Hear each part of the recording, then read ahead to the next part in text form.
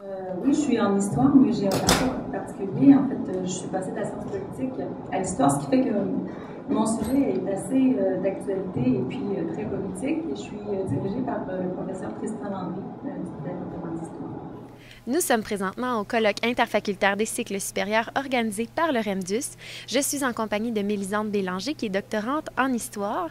Tu venais présenter le sujet de ta thèse aujourd'hui. Peux-tu nous rappeler ce sujet-là rapidement? Oui, en fait, je travaille sur l'usage de l'histoire et des représentations à l'ère du numérique entre conscience transnationale et mémoire individualisée. Je travaille sur les cas de la Palestine, du Kurdistan et puis de l'Ukraine. Puis pourquoi avoir décidé de participer au colloque interfacultaire aujourd'hui? Je trouvais ça très intéressant, d'une part parce que je suis à mes tout débuts là, en études doctorales, et puis ça me permettait de voir où en était ma réflexion, mais aussi d'être capable de vulgariser un sujet parce qu'on est toujours dans un jargon finalement scientifique qui nous appartient dans notre discipline. Donc ça, c'était important pour moi d'être capable de communiquer quelque chose assez rapidement, puis que ce soit quand même compréhensible pour un auditoire vaste et varié. Est-ce que ça a demandé beaucoup de préparation pour présenter ton sujet aujourd'hui? Correctement, c'est-à-dire relativement bien. La seule chose, c'est que une fois qu'on a passé à travers l'étape de la présentation, on se rend toujours compte que finalement, on aurait pu aller chercher encore plus de concision puis de précision sur certains aspects. Donc, il y a comme un côté très content de l'avoir fait, mais l'exercice, justement, c'est d'être capable d'en ressortir des leçons puis d'être capable de faire mieux encore la prochaine fois. Tu as assisté à d'autres présentations. Qu'est-ce que ça fait d'entendre parler de bâtiments et de différents sujets qui ne sont pas du tout ton champ de compétences et de connaissances? Mais c'est très intéressant, justement, parce que ça nous ouvre des horizons. Ça nous permet aussi de voir la méthodologie dans diverses disciplines, ce qu'on n'a pas toujours l'habitude de faire parce qu'on est toujours à travers les mêmes genres de personnes et de réflexions que les nôtres. Donc ça, c'est vraiment agréablement enrichissant, finalement.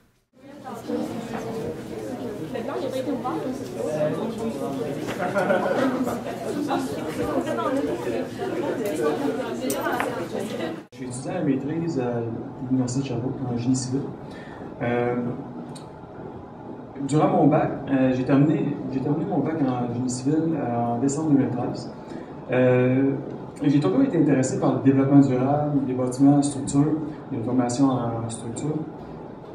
Mais je ne savais pas trop comment conjuguer tous mes intérêts. Et suite à la discussion avec mon présent directeur, Ben Armand, il m'a donné l'opportunité de faire un projet qui pouvait mettre en relation tous ces intérêts-là. Ton parcours scolaire, en fait, se continue, j'imagine. Est-ce que des présentations comme tu as fait aujourd'hui, ça te sert, ça te donne de l'expérience?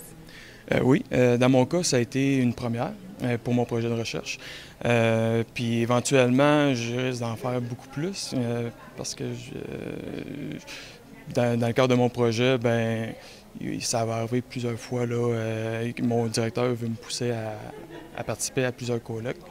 Donc, je pense que c'est une très bonne chose d'avoir fait ça aujourd'hui.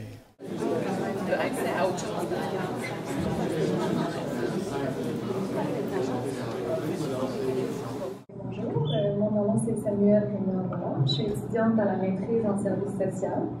Je travaille sous la direction du professeur Suzanne Garon, qui est aussi à l'École du travail social. Puis le sujet de ma maîtrise, c'est la sociabilité de voisinage des personnes aînées, études exploratoires du quartier Jardin-Fleury de Sherbrooke. Donc, je vous amène dans un tout autre univers avec ma présentation. Il y a eu beaucoup d'intérêt pour ta présentation. Tu as eu de nombreuses questions. Pour toi, c'était un défi aujourd'hui de venir présenter? Je dirais pas un défi. Oui, c'est sûr qu'il y a un petit défi du fait de présenter, mais je dirais que c'est plus une belle opportunité de venir partager avec les gens sur quoi je travaille la majorité du temps toute seule, là, de pouvoir le partager, je trouve ça intéressant.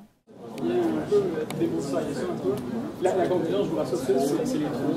C'est sûr que les trois, c'est préférable. Je m'entretiens avec Christina Kneisser, qui fait une maîtrise en génie logiciel. Christina, de quoi traitait ta présentation aujourd'hui? Des modèles temporels dans les entrepôts de données de santé. Donc, comment pouvoir mettre en œuvre un schéma temporel dans un entrepôt de données, surtout dans le contexte de santé, parce qu'on sait que c'est complexe. Donc, il y a beaucoup de recherches qui restent dans ce sujet-là. Puis c'est le premier sujet dans mon laboratoire de recherche. Donc je suis très contente de travailler là-dessus. Puis voilà. C'est un sujet très technique. Aujourd'hui, il y avait des étudiants de divers horizons. Est-ce que c'était un défi pour toi de vulgariser ça à cette clientèle-là? C'était un de mes défis, oui. Je veux dire, en plus, c'était 15 minutes seulement. Donc, trouver les bons mots en 15 minutes avec de moins de vocabulaire possible parce que j'ai des vocabulaires un peu très techniques où je n'ai pas le temps de les expliquer. Ou même si je les explique, ça peut complexifier le sujet. Donc, j'ai décidé de pouvoir présenter le minimum avec un peu un aspect clinique que tout le monde un peu connaît.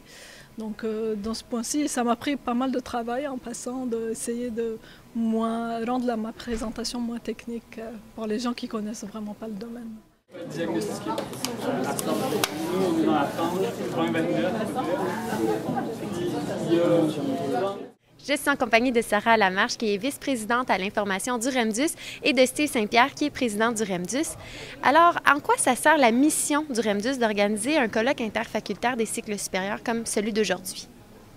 Il s'agit pour nous de diffuser la recherche de nos membres parce que je pense que de plus en plus, les gens ont de la misère à le faire à cause de la conjoncture économique et des coupures qui se passent en ce moment. De faire quelque chose qui est si près de nos membres, qui peuvent juste aller à leur cours le matin puis venir présenter leur recherche l'après-midi. Je pense que c'est très formateur. Puis aussi, ça répond aux besoins, je crois, de briser les murs entre les facultés puis de faire en sorte que les gens communiquent et échangent, même s'ils ne sont pas du même sujet, parce que je pense qu'il y a beaucoup de richesse qui peut venir de ce partage-là. C'est ce que les participants me parlent d'ailleurs, l'intérêt d'écouter d'autres sujets. Ça amène aussi une vie un peu sur le campus de créer des événements comme ça? Oui, dans le fond, les participants et dans le fond, tous les gens ici présents sont vraiment interpellés par les différents sujets et sont vraiment plus actifs dans leur processus puis leur apprentissage aussi. Parce que selon moi, l'éducation, c'est aussi la participation puis c'est l'implication. Donc, c'est vraiment un processus intéressant. La thématique d'aujourd'hui, c'est sortir de votre zone de confort. Faire une présentation devant un public, ça peut être inconfortable. Donc, il y a cet aspect-là aussi qui peut aider les étudiants à se former aux présentations orales. Ah oui, c'est certain. Je pense que c'est important pour n'importe qui au cycle supérieur de savoir bien partager sa recherche puis son intérêt. Puis je pense que l'avantage de faire ça sur la vulgarisation aujourd'hui, c'est qu'on ne s'adresse pas à ses pairs qui regardent chaque virgule puis chaque information précise. On est là pour communiquer une passion puis un intérêt puis une idée de base d'un sujet. Donc je pense que ça aide à casser cette glace-là puis à y arriver pour la première fois peut-être dans certains cas. Est-ce que c'est beaucoup d'organisation, une journée comme ça, si vous travaillez là-dessus depuis combien de temps? Il a pensé quand on a fait notre plan d'action l'an dernier, mais on a commencé à travailler là-dessus dans les derniers mois. On pensait même peut-être manquer de temps parce que c'est une organisation qu'on n'avait jamais faite dans le comité. Mais je pense qu'au total, on a été très satisfaits de l'efficacité des gens puis de l'intérêt que les participants ont démontré aussi, qui nous répondaient vite, qui étaient vraiment willing, comme on dit, de participer puis d'y mettre l'effort. Vous êtes content de la participation aujourd'hui? Oui, énormément. Il y a eu beaucoup plus de gens en fait qu'on s'était attendu au départ. Puis on est vraiment fiers d'avoir organisé vraiment le premier événement en tant que tel. C'est le premier colloque interfacultaire de l'Université de Sherbrooke organisé par le REMDUS. Donc on est très fiers du travail que tous les gens du REMDUS et les participants ont fait et les bénévoles, bien sûr. Est-ce qu'on peut espérer une deuxième édition? J'aimerais beaucoup ça. Ce serait le fun que ça devienne une tradition. C'est sûr que ça dépend de ce que les besoins sont à chaque année puis ce que les gens ont envie de faire à chaque année. Mais je pense que c'est un premier pas qui est fait puis un assez bon succès, je crois.